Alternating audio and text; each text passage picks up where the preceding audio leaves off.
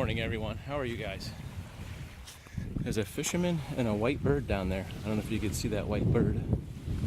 I forget what they call those things. Can you see it better now? Those birds always hang out by by people who are fishing, I think, in the thoughts that they will get a free bird snack.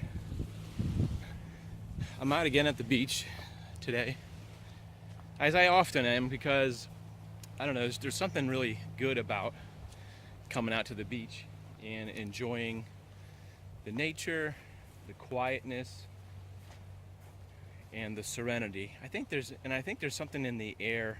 Well, you get a lot of sun too, but just in general, sort of peaceful feeling, I guess, comes over me.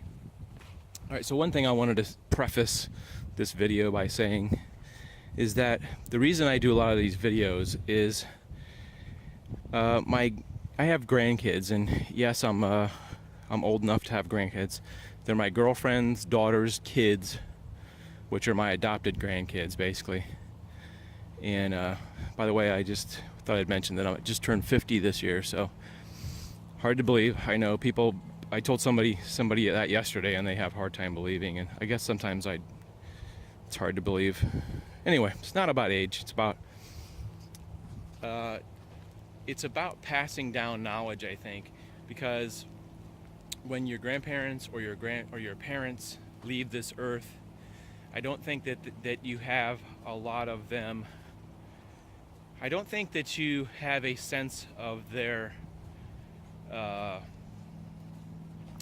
mental philosophy, because my parents died when I was relatively young, in my 20s, or my 19 and 20s. So I didn't really get to have that adult relationship with him that some people do. Some people have their parents until their parents are 90 years old. My parents were in their 60s, so I think it's important for me to sort of leave something behind. Not that I plan on going anywhere anytime soon, and I'm not terminally ill or anything like that, but just to have a sense for my grandkids and my the great-grandkids, to have a sense of who I was and what I was about, I think is important. Because I wish that my parents had left something behind for me to understand who they were and what they went through. We understand what our parents went through in the time that we were alive, but before our birth, we don't really have a sense of like who our parents were as young adults or teenagers. And it's always been a curiosity to me for that kind of thing, to know what my dad was like in his 20s, because I have pictures of my dad as a college guy, as a young person. He was in the marching band, and I have pictures of him dressed in the marching band's uniform. Played clarinet at the same high school I went to as well. And he was also a DJ in the 50s, and that was like the era of like Frank Sinatra and Elvis Presley and all that. And that was like a pretty big deal to be a radio DJ back in the days. And then he eventually went into advertising and then working for a bank. But I don't really have a sense of what my dad was like, or my mom. I think I have my mom's yearbook and stuff like that, but just one of those things you wish they would have left something. My grandfather actually wrote a short autobiographical account of his life. It's like 80 or 90 pages, and it's really interesting to go in to see what was his life and all that. So that's part of the reason why I like to do these videos, so long after I'm gone, maybe my relatives can actually see firsthand what it's like. I've seen people that have done that in their lives, like they got a terminal disease and they left videotapes for their kids for the future. It's not the case so much here, is because I'm not, as far as I know, I'm not dying anytime soon, but just wanted to sort of explain that, so maybe you can understand my mindset as far as doing these videos. Anyway, this video was not about my legacy, is more as I wanted to focus on forgiveness and hypocrisy. What is hypocrisy? Well, the dictionary defines that somewhat loosely as somebody that's pretending that they are more sanctimonious or like a higher moral character than they actually are.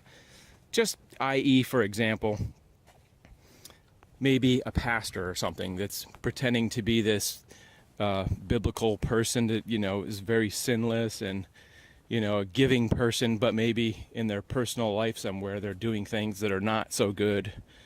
I'm not calling out any one person, but I think we've all experienced the news where you see a very, like Tammy and Jim and Tammy Baker. It's like a long time ago, how they were like all about money and, embezzling and buying stuff. And there's still people that are accused of that today, like Joel Osteen.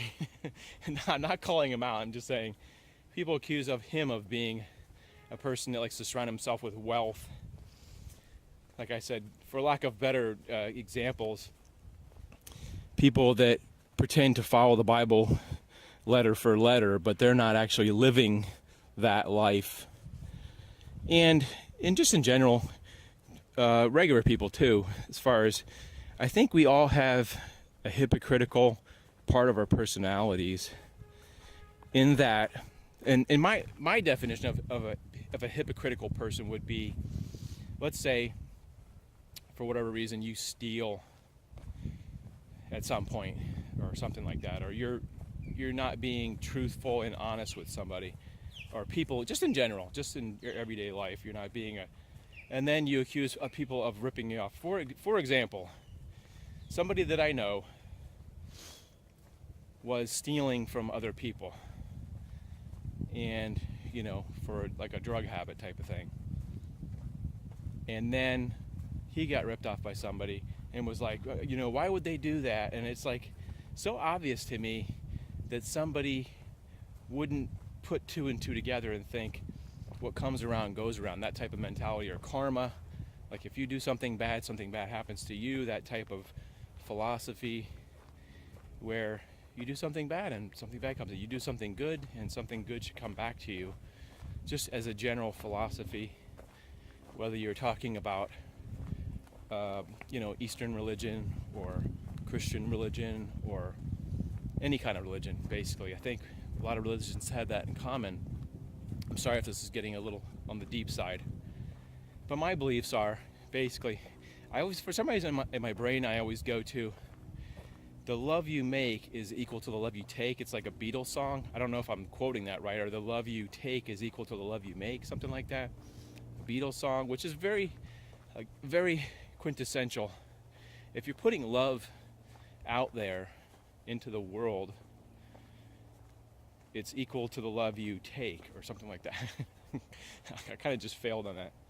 Or the love you're taking from others is equal to the love you're making and putting out there. I think you get the gist of the idea. What I'm sort of speaking of is a balance, like a yin and a yang. You live your life, you try to give of yourself, hopefully, in some sense, and then it will come back to you, hopefully. Good luck and fortune. Basically, those kind of general terms is, you'll get, if you give, I think you get, I need to stop being that dead horse. All right, so the second part of this is the hypocritical side is when somebody does something and we tend to judge them. I'm really big on judgment, as far as it's hard to judge somebody in my moral code if I've done the same thing. Like if I've, let's say, not been truthful with somebody or been dishonest about something, and then somebody does the same thing back to me, I'm just like, well, that's probably something coming back to me. And so let's just get more specific in terms of actual facts here. Let's get down to the facts. So when I was a young man, I did some bad things as far as destruction of property. I used to like to go out and destroy property, and it's not a proud thing. More than stealing, it was about, they used to have those traffic barricades and lights and things like that, and for some reason we thought it was fun to destroy those. And it's not fun. It's not. But as an 18-year-old or a 19-year-old, your brain's not fully developed, I don't believe. And it's not making excuses. It's just offering some kind of, your brain. Well, I've read a lot about it. and it sort of infers that you're not a fully developed brain, and your right sense of right and wrong is not quite as developed as it is older in life as far as doing things. So when I talk about me, destroying property or something like that, and then something was destroyed or damaged of mine, I say, well, that's that coming back to me. I just had to rationalize it in a sense that you can't go on doing bad, putting bad things out there and expect to just live a great life. There's a comeuppance, I guess you could say. And so when we see something or see somebody do something bad, if you watch the news on a daily basis, you'll see somebody stole something, or somebody, hurt somebody or robbed a store. I'm not saying we should say, well, let's forgive all those people. In some sense, we have to try to forgive, because otherwise we're carrying that. Especially it's not something that's an easy task to forgive, but just in general, as a judgment against what we see on the news and community. Like, somebody robbed the store really close to my house. It was like a Circle K, like a 7-Eleven type store. I try not to be too judgmental, because obviously there's something going on in that person's life, either mentally or some other external forces, drugs or something, that's causing this person to be desperate in their life. And I try to, and let me just preface this by saying, I'm not perfect. I'm not claiming to be perfect, and I'm not trying to say I forgive everybody in the whole world. But it is always something that's on my mind as sort of a moral compass thing, is to try to forgive, and that's what I should be doing. Whether I can actually fully forgive, because I've had my house robbed twice, and that's a really tough thing to forgive. Now, if the person came to me and apologized and said, okay, I'll make this right, I'm going to give you back, make you whole, that would be a different matter, and I could probably find it in my heart to just fully let go of that. But when people wrong you and they don't forgive, I think that's where we have a hard time. So, that being said, I wasn't going to bring this up, but there's a YouTuber that's getting a lot of news because he showed a person hanging in a forest, and it was in Japan, I guess. And if you know who I'm talking about, you know who I'm talking about. But I don't want to publicly just sort of slam that person's name. But people, and especially news sources, have jumped on the bandwagon to put him down and judge him. And of course news services are going to do that. That's what the news does. The news picks up on people's wrongdoing, such as all the sexual harassment thing in Hollywood, and all the actors and the directors that are being accused, and we all tend to mentally jump on that bandwagon and say, oh, these people are just bad people, it's terrible. But at some point we have to offer some forgiveness. There's somebody in the news, speaking of the news, there's somebody in the news that has spoken about that. I think it was Ridley Scott, who's a famous director that did Aliens and stuff like that, who has talked about we have to sort of start learning how to add forgiveness into the mix. Now, I'm a little divided on that. It's really hard to say if somebody touched somebody under the age of 18, or sexually harassed somebody. It's hard to say, well, I've done that, so I should be more lenient on it. But most of us have probably not done that. Generally speaking, I'm just speaking generally. Have not. Look at these people. Somebody brought their hammock out. I haven't seen that before. A full-size hammock. This is the well-traveled spot where kayakers like to come out and enjoy the beach out here. Let's just take a quick recess and just look at I've been out here many times, so if you've watched the vlogs, you've probably seen this beautiful spot, which is the tip of Lido. And over here is like where the bridge comes on to Lido Key, which is like an island. All right, so Swift, what are you getting at, John Swift? What I'm getting at is, instead of adding, I guess, yeah, the point is, instead of adding to the anger and the judgment and the negativity in the world against these people who are we deemed as bad people or bad morals, or they've done something bad, I don't know what the solution is to that exactly is, other than in your personal life, if somebody's done wrong to you, we need to generally learn how to forgive those people. And I've struggled with it. I've had people I feel like do things that are not forgivable in general. Not forgivable stuff. And I'll give you a quick example. I was at a church and there was a group that I was in, and essentially I ended up getting asked to leave the group for reasons that in my book were not reasonable. And the person who was in charge of the group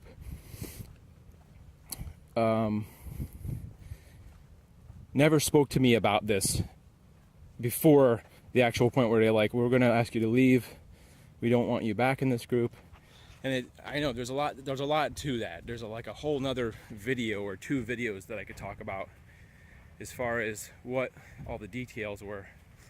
But allegedly I was being lazy and not doing what I was supposed to be doing, and I disputed all that stuff.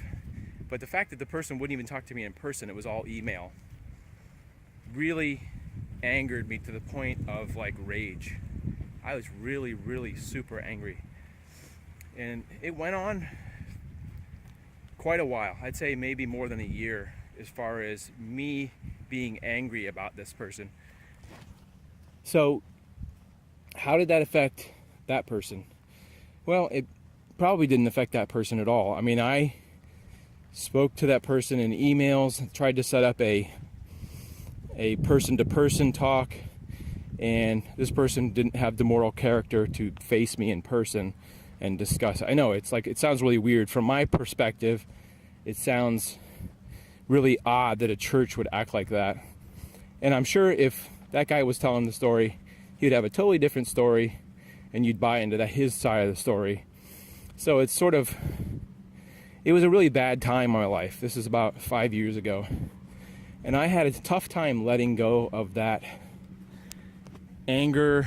And the only person that was really hurting is me, really. Like I said, so a wise person once told me, is it's okay to forgive, but not necessarily you don't have to forget. And I take that as to say, don't forget that lesson of experience of what happened there. You can forgive that person or the group or whatever. And this was a person who was like a pastor, told me, you don't have to forget that lesson. So it's important to take something from a bad experience and use that in the future, I guess you could say. I mean, life is a series of lessons, and I don't think we ever stop learning until we're into the ground or whatever, until we're in the box. Constantly learning, constantly figuring out as we go how to navigate. So my challenge is to you is on the subject of this is maybe challenge yourself to forgive somebody that has wronged you, or forgive somebody that you look down upon, and not be a hypocrite. I don't remember if I said what I thought. I think a hypocrite, yeah, I did explain what a hypocrite is. And a hypocrite, that's one of those things that I always think about all the time. It's like one time in my life when I was out of work, I was working part-time, somebody accused me of not working and not contributing and not being a good person or whatever, and that person wasn't working. So I'm thinking, how does that person not realize that they're being a total hypocritical person, and they're accusing me of not working and essentially, not being productive person and lazy, when they're not? It's like, how do they not see that that's wrong? essentially, in a really stupid example, if you purposely steal something and then you see somebody else steal something, you say, that's not good that you're doing that. How is that reflecting upon you that you're judging somebody? Both cases are not right. If you're stealing and they're stealing, of course. And I think we tend to take the track that's like, well, I didn't steal that. I just stole something small. We tend to minimize that thing. So anyway, I had the feeling I was going to have trouble speaking today about this clearly, and I hope it's sort of made some sense to you. Like I said, these lessons are sort of something that I can archive and put on YouTube and on the internet, and hopefully they will stay there for a long period of time where people can understand and people can watch, and hopefully maybe take some positivity in my experience if you're like a younger person or whenever you are in your life. And because I think that's what we're supposed to do as we get older, is pass on those lessons, those life lessons, whether people want to listen. What the heck is going on? Some kind of jet is going on over here. It sounds like a jet and a helicopter going down the beach somewhere. For some reason they have a lot of helicopters that fly around. I don't know if they're looking for... Yeah, it's a helicopter over there, way over there. Sorry. But I think we all know these lessons, whether you're a church-going person or a spiritual person or whatever. I think we all know what the correct things in life are to do. Whether we actually put them into play is a different... And I have the same struggles. I'm not perfect, not even close. And I have the same struggles as everybody else does. And to try to take some of the emotional out of it in your decision making. We all get mad at people in traffic when people cut us off, and we all get mad when somebody tries to cheat us, and we all get mad, at things that make us mad. So it's a constant back and forth struggle. But I think that we're trying to look for a balance. Most of us are trying to look for some kind of balance to balance that good and bad out, as well as we all have good and bad within inside us. We all have our bad side and our good side. So I hope that sort of made some sense. I hope that's sort of motivating and not a negative thing. Anyway, I hope everybody's going good in the new year. I wanted to do a giveaway, and I'm thinking about doing a DVD giveaway, but I'll do this in the next vlog. They'll have a giveaway where I'll pick from a hat or whatever, and I got some DVDs, so hopefully I'll put that out there in the next vlog, because this one's getting too long. So I sincerely hope you guys are well, that your life is prospering, and that you're finding that balance in your life, and you're just mental well-being, like I struggle to on a weekly basis. But I hope you guys are well. And that's all I got to say about that. I've been thinking a lot about Forrest Gump. I think there's a lot of life lessons in Forrest Gump. That movie is like one big long life lesson about how he negotiates his life. If you've never seen Forrest Gump, maybe you should check it out. Have a great week, you guys. I hope you guys are hope your future is well. All right, that's enough of that. I hope everything within your life for the rest of your life is well. That's what I always generally just hope that. We'll see you guys later. Take care.